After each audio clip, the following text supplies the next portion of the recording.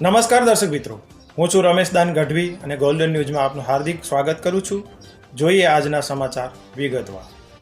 કચ્છમાં અબડાસાની ચૂંટણીમાં દિવસો દિવસ આવતી ગરમી સાથે ખરાખરીનો ખેલ જામતો હોય તેવું જણાઈ રહ્યું છે. ટોચના નેતાઓ અને સ્ટાર પ્રચારકો દ્વારા આવેલી રાજકારણની ગરમીથી હાલ પૂરતો એમ કહી શકાય કે હવે ટક્કર કાંટાની થઈ રહી છે.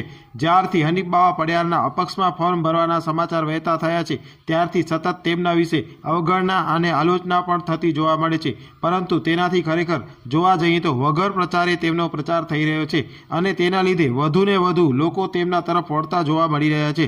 તેમના પર જૂના થોથા ખોલાવીને રાજકીય દબાણ લાવવાની પ્રયાસો સાથે કોઈ ચોક્કસ પક્ષના સેટિંગથી ઊભા રહ્યા હોવાની ભ્રામક વાતોનો બજાર પણ ગરમ થયો છે.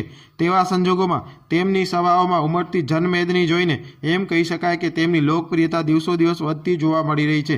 ગઈકાલે કોટડા જડોદર અને લુડબાઈની સભા બાદ પોતાના પ્રતિભાવ આવતા પોતાની જીત નિશ્ચિત હોવાની વાત સાથે તેમણે જે કહ્યું હતું તે સાંભળીએ તેમના જ શબ્દોમાં. અહીંયા ઓછામાં ઓછી 800-900 વસ્તી છે, 400-450 મતદાન છે. પણ અમારા મતદાનનો ઉપયોગ કર્યો છે બે પાર્ટીઓ, ભાજપ અને કોંગ્રેસ. ક્યારે કામ નથી થયું. અમે 108 વાળાને ફોન કરીએ કે ભાઈ તમારો રસ્તો ખરાબ છે, અમે ના આવીએ. બરાબર, અમારી એવી પરિસ્થિતિ બહુ બિલકુલ ખરાબ છે. હવે અમારું મતદાન લઈ હજી પણ અપક્ષ ઉમેદવાર હનીફભાઈ દાવેદાર ઉમેદવાર છે એને પણ અમે મત આપવાની 5 વાગ્યા સુધી અમે અહીંયા આયોજન અમારું ચાલુ છે. 10 વાગ્યા સુધી અમે એની રાહ જોઈ, 10 વાગ્યાથી પાછળ આવ્યા. હવે શું થાય છે એને 2 વર્ષની પણ રાહ જોઈએ. એને વિશ્વાસ છે 100% મત પણ આપશું. જ્યારે હું ફોર્મ ભરી આવ્યો તો બીજા દિવસે ને ત્રીજા દિવસેથી મારો પ્રચાર અહીંયાથી હાજી પીર સલામભાઈને કર્યો હતો. ત્યારે એક મનમાં એક શ્રદ્ધા લીધી હતી કે પહેલે પરિણામ જે પણ આવે, જે અલ્લાહને મંજૂર હશે એ આવશે. પણ રસ્તા બનાવવા માટે અમે સરકાર પાસે ધરણા તો પહેલે જ નાખશું કે હાજી પીરનો રસ્તો બનવો જોઈએ.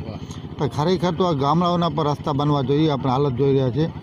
આ બોર્ડર ઉપર છેવાડાના ગામે આ ગામડાઓ છે ને આ સમજો કે સરકાર રખેવાળી નથી કરતી, પણ આ લોકો અહીંયાની પ્રજા રખેવાળ કરી રહી છે ને માલધારીઓ છે બધા. પણ જે સરકારો આવી છે ને ભાજપની હોય કે કોંગ્રેસની, પછી આ છેવાડાના ગામોમાં ક્યારેય પણ વિકાસના નામે ઝીરો કર્યો છે.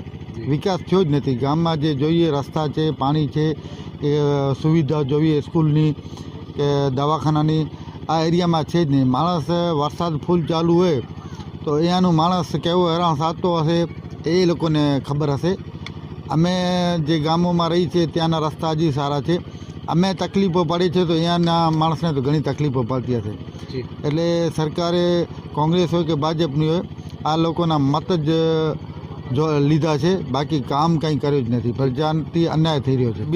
અભિનંદન લાયક જ છે આ માણસો, કેમ કે કાંઈ વિકાસ નથી થયો તો પણ કોંગ્રેસ હોય કે અથવા ભાજપ હોય મત લેવા આવે છે ને આ માણસો મત આપે પણ છે, ઉપ પણ નથી કરતા. ખરેખર આ લોકોને અવાજ ઉપાડવી જોઈએ. પણ અહીંયાનું માણસ નાનું માલધારી છે એટલે ધક્કા ખાઈ ન શકે કે ક્યાં સિટીમાં ધરણા કહી શકે તો રોજીરોટી ક્યાંથી મળે.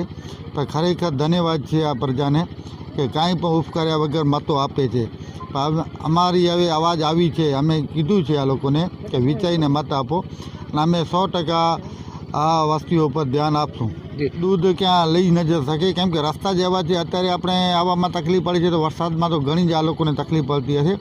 ખરેખર તો અહીંયા ડેરી હોવી જોઈએ આજુબાજુમાં, જ્યાં ને ડેરી જ્યાં હોય ત્યાં સુધી રસ્તા સારા હોવા જોઈએ કે ડેરી ઉપર દૂધ પહોંચાડી શકે. બીજો એ લોકોને ઘાસચારો સરકારમાંથી મળવો જોઈએ, કેમ કે અહીંયાની પ્રજા માલધારી છે અને માલધારી ઉપર જ જીવે છે.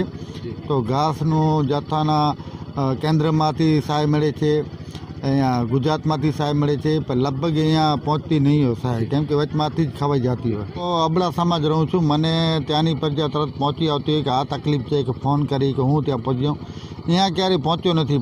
ફોર્મ ભર્યા પછી મને ગામ મુલાકાત લેવાનું મન થયું કે આપણે જ્યાંથી મત લેવાના છીએ તો પહેલે એ લોકોની તકલીફો જોઈ લઈએ કે શું તકલીફો છે ને આપણે મત પણ માંગશું. પણ મત આપ્યા પછી પણ આપણે આવવાનું છે કામ કરવા માટે.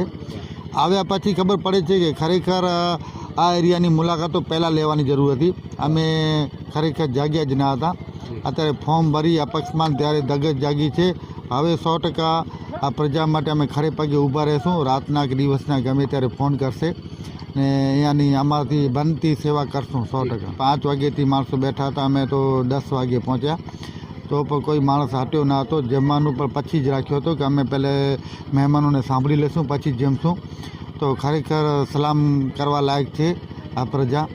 ને 100% અમે જે પણ પરિણામ આવશે પણ 100% ગામોની મુલાકાત લેતા રહેશું.